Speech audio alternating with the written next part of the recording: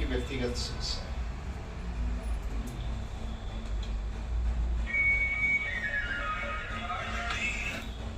और पूरी धरती जब से भी मानव ने समझ ली है उसको, तो समझ एक व्यक्ति ने अपने हिसाब से दी है, मगर प्रकृति का नियम एक्चुअल क्या है जो सब पर लागू होता है, मैं उस पर थोड़ा सा आपको संदेश देना चाहता हूं।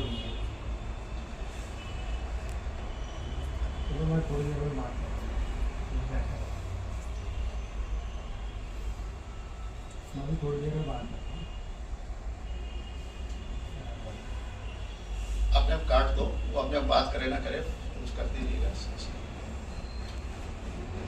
प्रकृति ने जब ये सृष्टि बनानी थी तो सृष्टि के अंदर एक नियम था। सृष्टि किसी व्यक्ति ने नहीं बनाई है, एक नियम द्वारा बनी।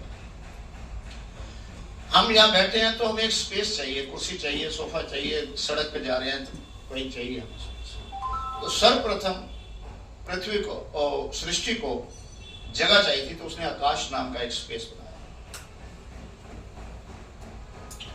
उसके बाद जो उस नियम के अंदर था तो उसने ग्रह नक्षत्र बनाया और एक ऐसा ग्रह बनाया जिसके अंदर सिर्फ जीव हो सकता है और अनेक प्रकार के जीव बनाए।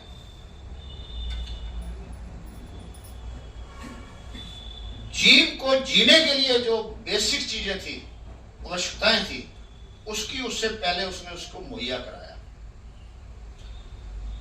कोई भी जीव है, वो धरती का है, जल का है, आकाश का है, जानवर है, पशु है, पक्षी है, सबसे पहले जीने के लिए उसे श्वास चाहिए।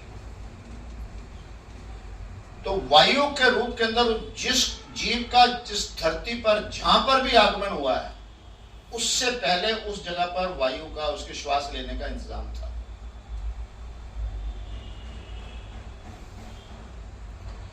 और फिर उसे चाहिए था अपने उस गर्मी के लिए कि शरीर कुछ करे।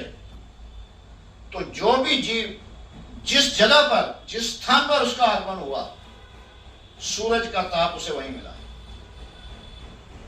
किसी को कहीं जाने की आवश्यकता नहीं। ये तीन हो गए, आकाश, वायु और अग्नि, ताप। और फिर जीवन के लिए, शरीर के लिए एक ही ऐसी वस्तु है जो उसको प्यास के लिए उसे जल की आवश्यकता थी।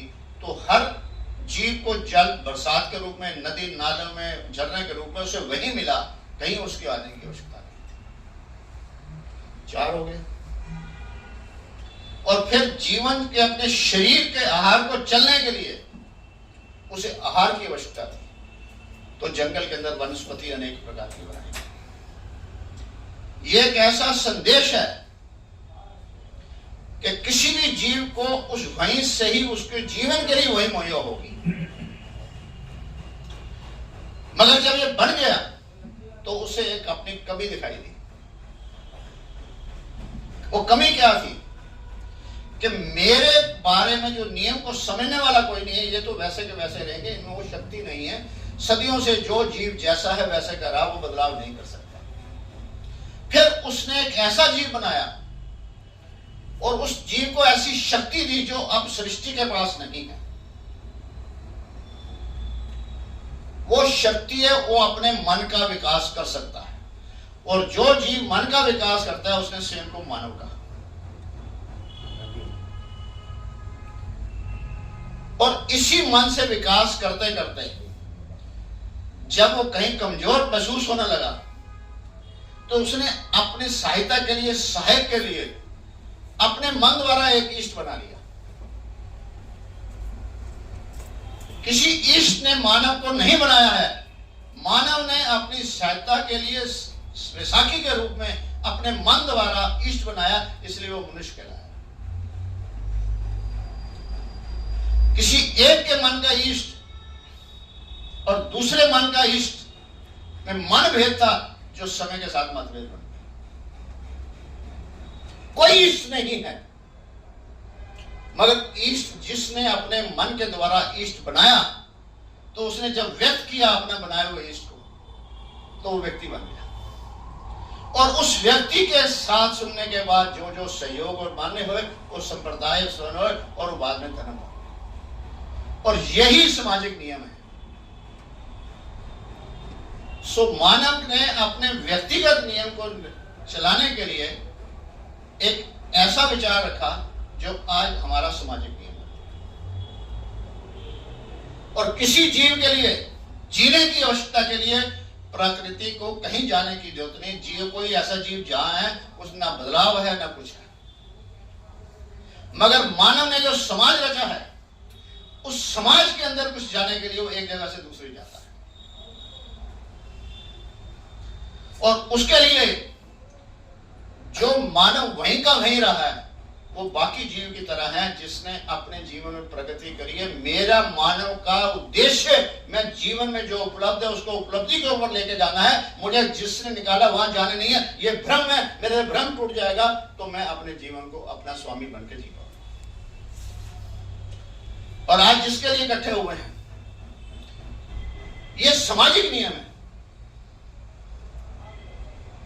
कि हमारे को ये वादा किया था, हमको वो किया गया था, हमारे को ये सामाजिक नियम है। और हम उस समाज के नियम में ऐसे फंस गए कि हम अपना व्यक्तिगत नियम, अपनी ऊर्जा को खत्म करें। क्या मुझे एक जगह नौकरी नहीं मिलेगी तो क्या मेरा जीवन खत्म हो जाएगा? या एक ही जगह नौकरी सबको मिल सकती है? तो मुझे अपने भीतर अपना स्वयं का स्वामी बनना है। और जिस दिन मैं इस बात को समझ लूंगा, तो मैं अपने जीवन की समस्या को हल कर ही लूंगा, दूसरों को भी सहयोग दूंगा।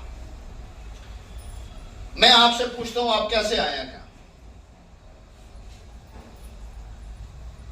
कोई ना कोई भान तक आए होंगे। प्रकृति का वाहन था, मेरे टांगे दे रखी थी, वो एक दूर तक जा सकता है, ज्यादा तक नहीं जा सकता।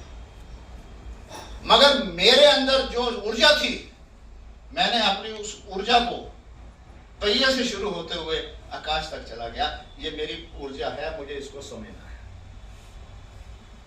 मुझे अपनी शक्ति को समझना है। किसी ना किसी एक व्यक्ति ने अपनी उस ऊर्जा को बनाया है, ऊर्जा को जागृत करा है, तो आज समाज उसका फायदा। अगर मैं इस बात को समझ लूंगा तो मैं अपने आप को काबिल बनाना है, मैं किसी लाइन में नहीं लगना है। क्योंकि मैंने जब गाड़ी चलाई, मैं आपसे सबसे पूछता हूं, किसी के पास स्कूटर है, साइकिल है, कार है, वो ड्राइव कैसे कर लेता है? क्या कारण है कि हर व्यक्ति जो है उसको, क्योंकि जिसने गाड़ी बनाई थी उसने उस गाड़ी के नियम को कैसे चलाना, उसकी बुकलेट उसके अंदर रखी थी। दुनिया का कोई ऐसा ड्राइवर हो नहीं सकता, गाड़ी बनाने वाला नहीं हो सकता कि किसी को यह शिक्षा दे दे कि कब तुझे ब्रेक मारनी है और कब तुझे हाथ बजाना है और कब तुझे दौड़ना है। वो उस समय वो ड्राइवर जो सीट पे बैठा है उसी को करना है। पीछे बैठे वाला ड्राइवर जो है गाड़ी का मालिक भी हो और ड्राइवर गाड़ी का मालिक ना हो, उस समय के लिए वो मालिक है, मगर हमें मिसगाइड किया गया है। हमारा कोई मालिक और है, मेरे जीवन का मालिक कोई और नहीं है। मैं अपने जीवन का मालिक हूं, मैं अपने जीवन को खुद ड्राइव करूंगा। मैं उसको ड्राइवर बनाने का यह जवाब भी कर सकता है कि मैंने अपने जीवन को कैसे ड्राइव करना है। कोई हमारा नेता, कोई हमारा पीर, कोई हमारा गुरु, कोई पैगंबर हमें गाइडलाइन दे सकता है, समझा सकता है, मालिक नहीं हो सकता। मालिक मैं अपने जीवन का हूं। सभी के जेब में कोई ना कोई नोट होगा, 10 का, 20 का, 50 का, 100 का, 500 का, एक कागज का टुकड़ा ही तो है। मगर एक नियम के अनुसार एक ऐसे शख्स को राइट दे दी गई कि तू उस कागज के टुकड़े में 500 लिख दे, साइन कर दे। वो कागज का टुकड़ा 500 वैल्यू रखता है, 50 लिखेगा तो उसी कागज के टुकड़े की वैल्यू 50 हो जाती है। पूछे हम अपने आप से, जिसको कागज के टुकड़े की वैल्यू बनाने की शक्ति है पर मालिक है वो, या मालिक जिसकी जेब के अंदर है वो है। तो मुझे बनाने वाला कोई भी हो सकता है, मगर मेरे जीवन का मालिक वो नहीं है। अगर मैं अपने आप को अपने जीवन का मालिक, स्वयं का स्वामी बनूंगा, ये समस्या खत्म हो जाएगी, समस्या खत्म हो जाएगी, समस्या खत्म। इसके साथ ही मैं आपको